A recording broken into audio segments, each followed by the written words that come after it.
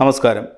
Village news web ടിവിയിലേക്ക് ഏവർക്കും സ്വാഗതം. ജാത്യാലുള്ളത് തൂത്താൽ പോകില്ലെന്നുള്ളതൊരു നാട്ടുചൊല്ലാണ്. ഇത് UDF-നെയും കോൺഗ്രസിനെയും സംബന്ധിച്ച് അക്ഷരാർത്ഥത്തിൽ ശരിയാണെന്നവർ ഓരോ ദിവസവും തെളിയിച്ചുകൊണ്ടിരിക്കുകയാണ്. 10 വർഷത്തെ അധികാര പട്ടിണിക്ക് ശേഷം അധികാരത്തിന്റെ അടുത്തെത്തിയെന്ന് തോന്നൽ കോൺഗ്രസ് നേതാക്കന്മാരുടെ അധികാരശക്തി ഇരട്ടിപ്പിച്ചിരിക്കുന്നതായാണ് കാണാൻ കഴിയുന്നത്. കോൺഗ്രസിന്റെ പാളയത്തിൽ കിടക്കുന്ന കുഞ്ഞു മുതൽ സമയരഥം കാത്തിരിക്കുന്ന വൃദ്ധ നേതാക്കൾ വരെ MLA സീറ്റിന് വേണ്ടി അടിയാണ്. കോൺഗ്രസിലെ അടിയൊന്ന് തീർക്കാതെ എങ്ങനെ UDF-ലെ അടി തീർക്കാനാകും? അതാണിപ്പോൾ ഹൈക്കമാൻഡിനെ വലയ്ക്കുന്നത്. മുസ്ലിം ലീഗുമായി ഏകദേശം ഒരു സീറ്റ് ധാരണയിലെത്തി. പക്ഷേ വെച്ചുമാറേണ്ട സീറ്റുകളുടെ കാര്യത്തിൽ ഇപ്പോഴും തീരുമാനമായില്ല. മൂന്നാം കക്ഷിയായ കേരള കോൺഗ്രസുമായുള്ള യുദ്ധം തുടങ്ങാനിരിക്കുന്നതേ ഉള്ളൂ. യുദ്ധത്തിന്റെ കൊമ്പുവിളി ഇതിനകം ആരംഭിച്ചു കഴിഞ്ഞു. 2021-ൽ ജോസഫ് ഗ്രൂപ്പ് 10 സീറ്റുകളിലായിരുന്നു മത്സരിച്ചത്. ഇത്തവണയും അത്രയും സീറ്റ് വേണമെന്നാണ് ജോസഫിന്റെ ന്യായം. അത്രയും തരാൻ പറ്റില്ലെന്നാണ് കോൺഗ്രസ് നിലപാട്. ഇതിന്റെ ചർച്ച സമൂഹ അന്തരീക്ഷത്തിലേക്ക് എത്രമാത്രം നാറ്റം വിസർജിക്കുമെന്ന് കാണാനിരിക്കുന്നതേ ഉള്ളൂ. ഇപ്പോൾ തന്നെ കോൺഗ്രസിൽ നിന്ന് നാറ്റം വമിച്ചു തുടങ്ങിയിരിക്കുന്നു. ഓർത്തഡോക്സ് സമുദായത്തിന് ഭൂരിപക്ഷമുള്ള ആറന്മുളയിൽ അബിൻ വർക്കിയെ സ്ഥാനാർത്ഥിയാക്കുന്നെന്നറിഞ്ഞതോടെ ഇറക്കുമതി സ്ഥാനാർത്ഥികൾ വേണ്ടെന്ന പോസ്റ്റർ മണ്ഡലം മുഴുവൻ നിറഞ്ഞു കഴിഞ്ഞു.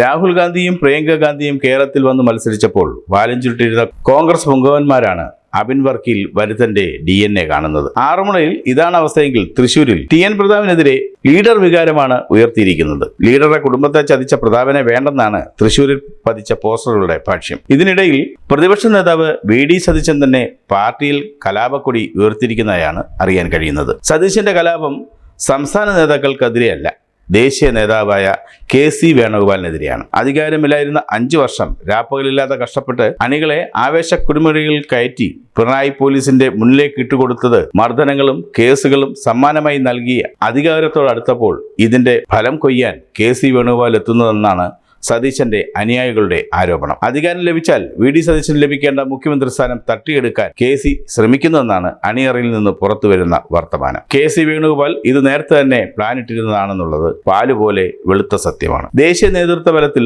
സ്വന്തം അനുയായികളെ പാർട്ടി സ്ഥാനങ്ങളിൽ തിരികെ കയറ്റിയതും ഇപ്പോൾ സ്വന്തക്കാർക്ക് സീറ്റുകൾ തരപ്പെടുത്തി നൽകാൻ ശ്രമിക്കുന്നതും ഇതിന്റെ ഭാഗമാണത്രേ. MP-മാർ മത്സരിക്കേണ്ടതില്ലെന്നായിരുന്നു കോൺഗ്രസിന്റെ ആദ്യ തീരുമാനം.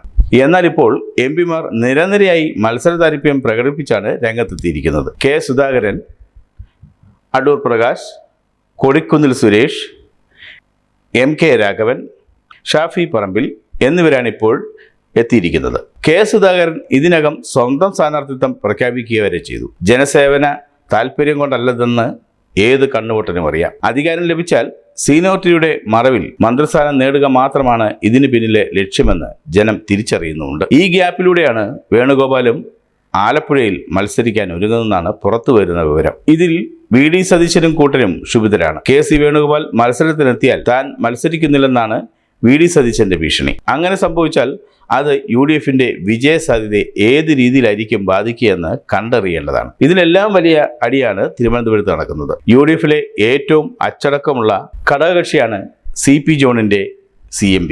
3 പതിറ്റാണ്ടായി UDF-ൽ തുടർന്നിട്ടും ഒരു തവണ പോലും MLA ആകാൻ കഴിയാത്ത നേതാവാണ് ഇദ്ദേഹം.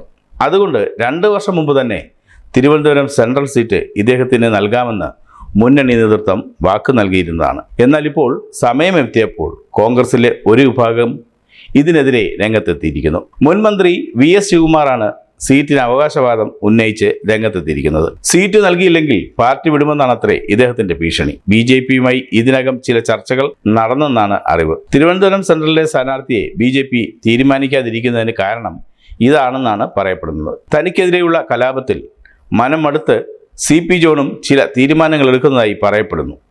ഇനിയും അനീതി സഹിച്ച് UDF-ൽ തുടരുന്നതിൽ ഭേദം CPM-ലേക്ക് തിരിച്ചു പോകാനാണത്രേ ജോണിന്റെ തീരുമാനം. ചില CPM നേതാക്കളുമായി ചർച്ച കഴിഞ്ഞെന്നാണ് പുറത്തു വരുന്ന വാർത്തകൾ. ആരും കൈ പഴുത്തപ്പോൾ കാക്കവായി പുണ്ണുന്ന അവസ്ഥയിലാണിപ്പോൾ UDF. കൂടുതൽ വാർത്തകൾക്കും വിശേഷങ്ങൾക്കുമായി village news web TV subscribe ചെയ്യുക, ലൈക്ക് ചെയ്യുക, ഒപ്പം കമന്റ് ആൻഡ് ഷെയർ കൂടി ചെയ്യുക.